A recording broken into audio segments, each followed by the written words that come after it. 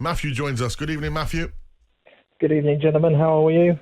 Yeah, Very good. All good. A topsy-turvy week for you, of course. The elation from the week after beating Manchester United in the style that you did with Cole Palmer to then dropping points against Sheffield United. You've got to be disappointed.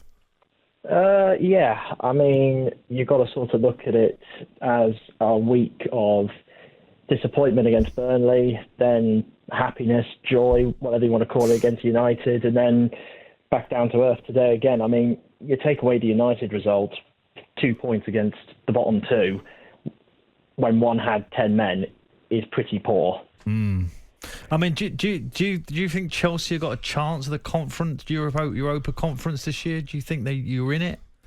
Well, I don't know how it's going to work out if fifth got Champions League. That is confusing, by the way.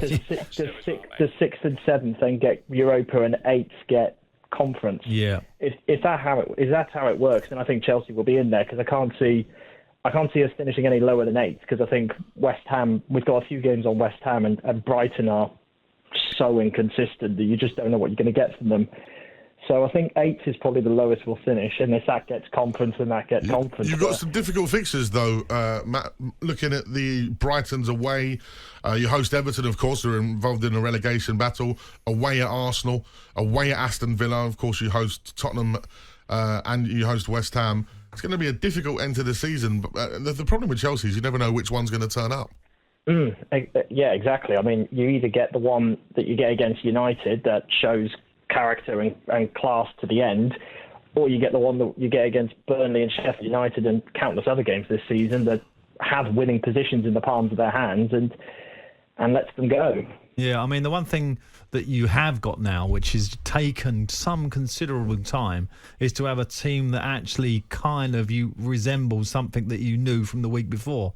Like Jackson's at the top of the pitch, Gallagher, Palmer, Casido's in there, Fernandez is in there, of course. Silva is now back. So it's starting to look. It's just the back four worry me a little bit with Chelsea.